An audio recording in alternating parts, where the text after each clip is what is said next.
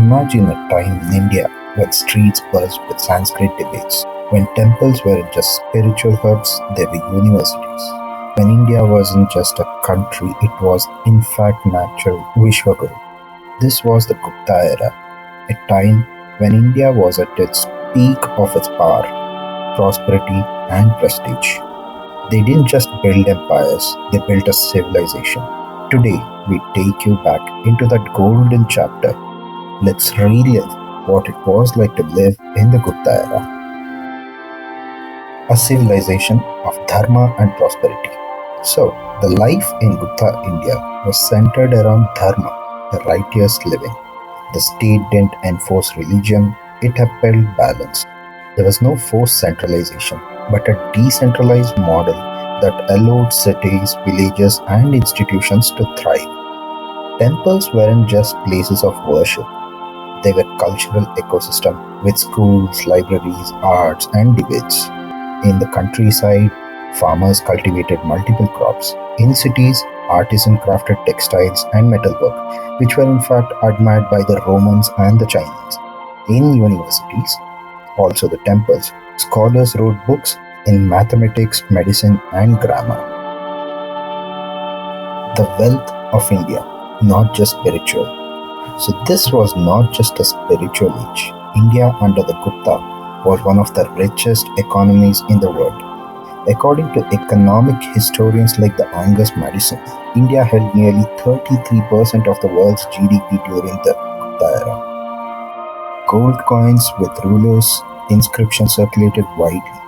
Merchants traded across Arabia, Southeast Asia, and the Roman world. Ports like Tamaralipta flourished, while Silk Road's merchant actually carried Indian goods far and wide. Wealth wasn't hoarded by the kings, it was in fact distributed through patronage to temples, scholars, sculptors, poets, and physicians. Education, science, and art, the real superpower.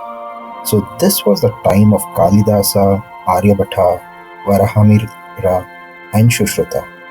Aryabhatta declared Earth is round and rotates on its own axis, well way before Galileo. Sanskrit flourished not just as a dead language today, but as the living medium of poetry and philosophy. Universities like Nalanda and Ujjain became magnets for knowledge seekers across Asia. Art, dance, and sculpture reached extraordinary heights. The Ajanta murals, the Dashavatara temple, and intricate in ironworks all came from this period. Social structure, not perfect but balanced. Yes, society was structured by Varna, but social mobility still existed. Historical texts, copper grant, show Brahmins, Kshatriya, Vaishyas, and even the Shudras participating in the temple work, trade, and administration. There was no forced conversions, no external rulers imposing foreign laws or anything. It wasn't a utopia, but it was far ahead of many parts of the ancient world in freedom, plurality, and tolerance. So, what went wrong? Let's see. But like every golden age, it didn't last forever. Post Gupta decline opened the doors for invasion, fragmentation, and internal power struggle. Over time, temple wealth became hereditary, caste restrictions tightened, and Dharma lost its flexibility. By the time the Islamic invasions began in the 7th century and the British rule in the 18th century, India was no longer united, it was fractured. Why we must remember the Gupta era? So, exactly, why must we remember the Gupta era today? Because it reminds us that India was never backward. We led the world in thought, economy, art, and education. We were not just a nation, we were a civilization right. And if we did it once, we can do it again, but only if we know what we once were.